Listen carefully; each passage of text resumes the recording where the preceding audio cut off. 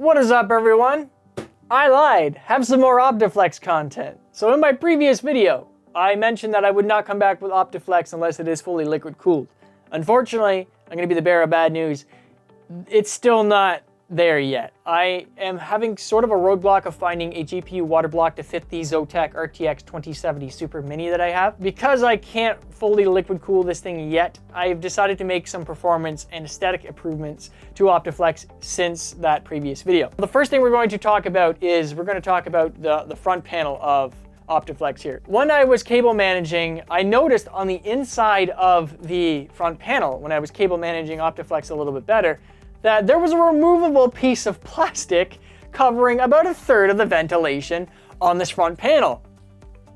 Why, Dell?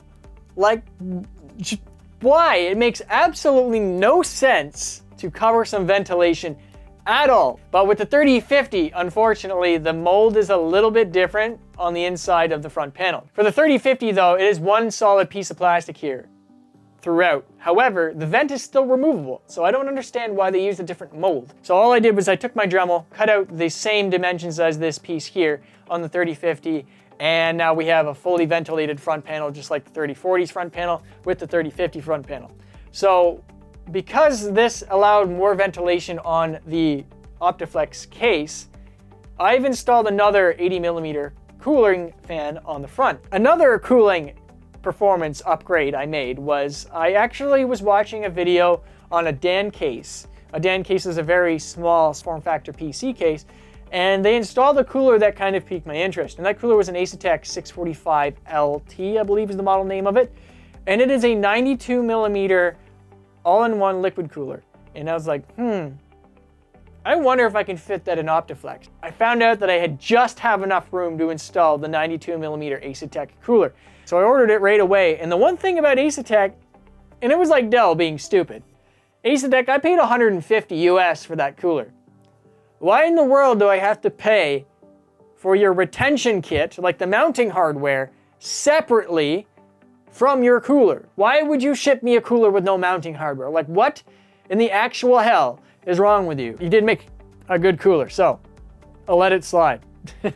You were the only ones that have made a 92mm all-in-one liquid cooler. So hats off to you guys, because it is quite the liquid cooler. Now the only thing I have to do here is I have to do a little bit of modding for the Asetek cooler, because obviously this case was only designed to fit a 90, or not a 90, but an 80mm cooler, not a 92mm cooler. So I have to drill a few holes. So we're going to do that in today's video. I'm going to take the computer to my workshop. We're going to drill one hole for the Asetek cooler to mount properly.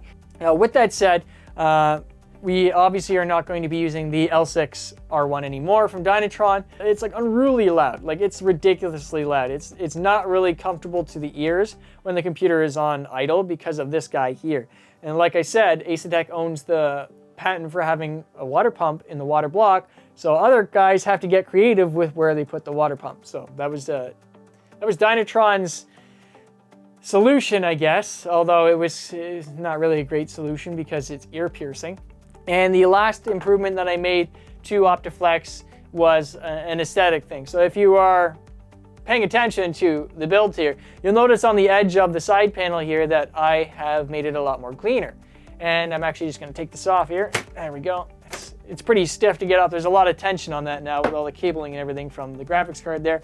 But what I've done is I bought U-channel rubber, edge rubber lining from MNPC Tech, I believe it's called. The owner, Bill Owen, actually does a lot of PC modding on YouTube, and he's got his own channel, so I'll leave his link to his channel in the description below of this video, and you can go and check his website out and his YouTube channel out. He sells a lot of supplies that are really, really good for PC modding. We definitely get a better aesthetic look than just having kind of, let's be honest, my rough cuts for the side panel. So that is the all the improvements that I made to OptiFlex in a nutshell here. So we're going to bring the computer case to my workshop here. We're going to drill that hole. Unfortunately, I have to take this entire thing apart. I don't really like to take chances with having the metal shavings going into my computer parts, such as the GPU or motherboard and so on. So I'm going to take everything out. We're going to drill that one hole. We're going to mount the cooler properly. Then we're going to compare the L6R1, the painted CPU cooler that I got from AliExpress, which I believe was a 92mm cooler as well. And then we're going to compare it to the Asetek 645. I'm willing to bet the Asetek cooler is better, but we'll see. Hopefully it is better for 150 US. But we'll see. So we're gonna get to modding the case a little bit, and then we'll do some benchmarks, of course.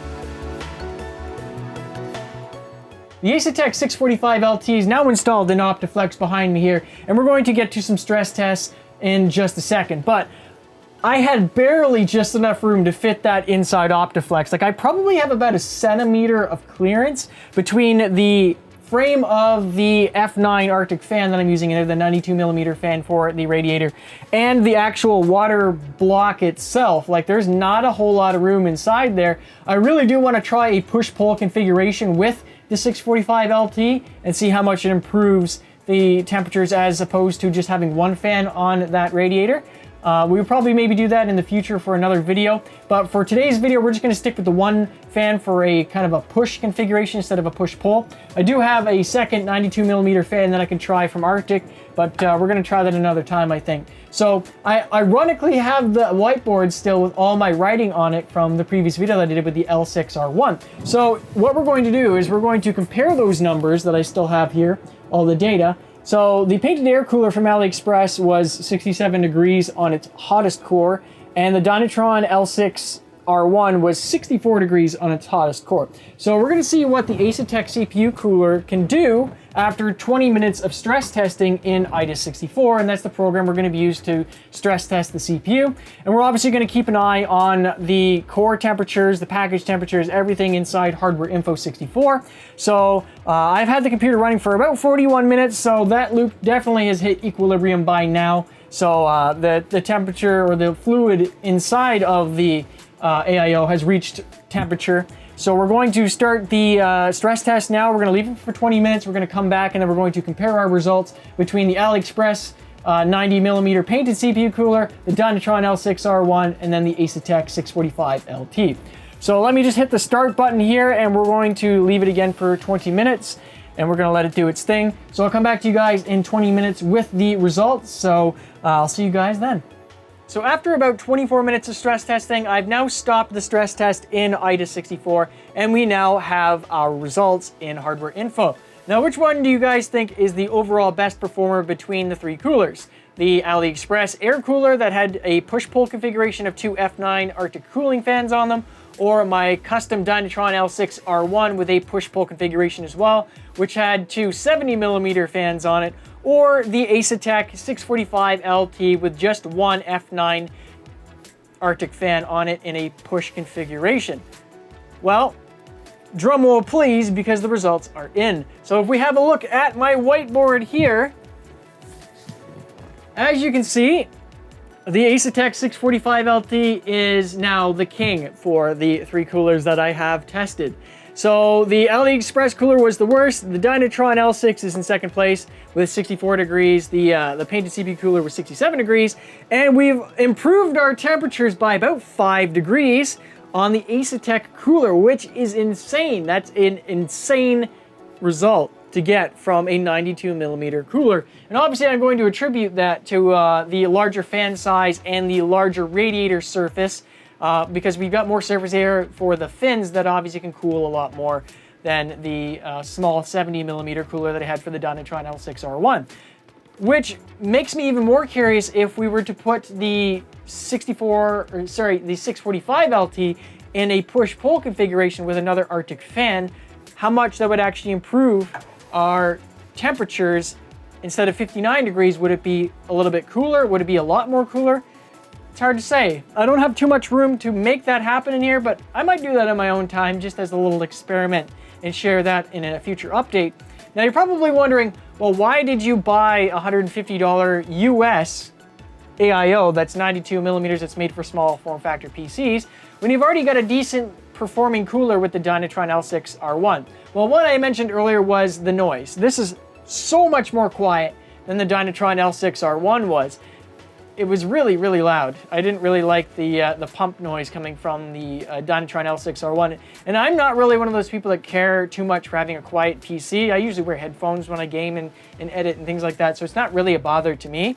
But I could hear it through my noise-canceling headphones, and I really didn't like that. So this is definitely an upgrade in that regard. But another thing, or another reason why I've decided to buy this cooler and use it is I will actually be upgrading OptiFlex to a OptiPlex 3070 mini tower motherboard along with an i7-9700 with DDR4 memory. So we should definitely be getting a good comparison between the 3040 MT with the 6700 using DDR3L memory compared to an 9700 i7 with DDR4 memory. So we have higher frequency RAM. Obviously we got a lot faster CPU.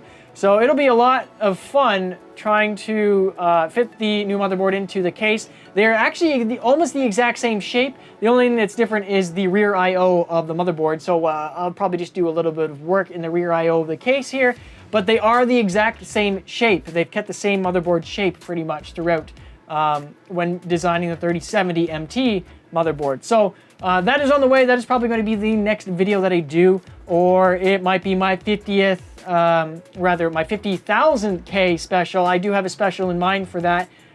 So when we hit that video will definitely go live. It's actually a really fun video. It's really a nostalgic video for me personally. So I hope you guys look forward to the 50K special on my channel.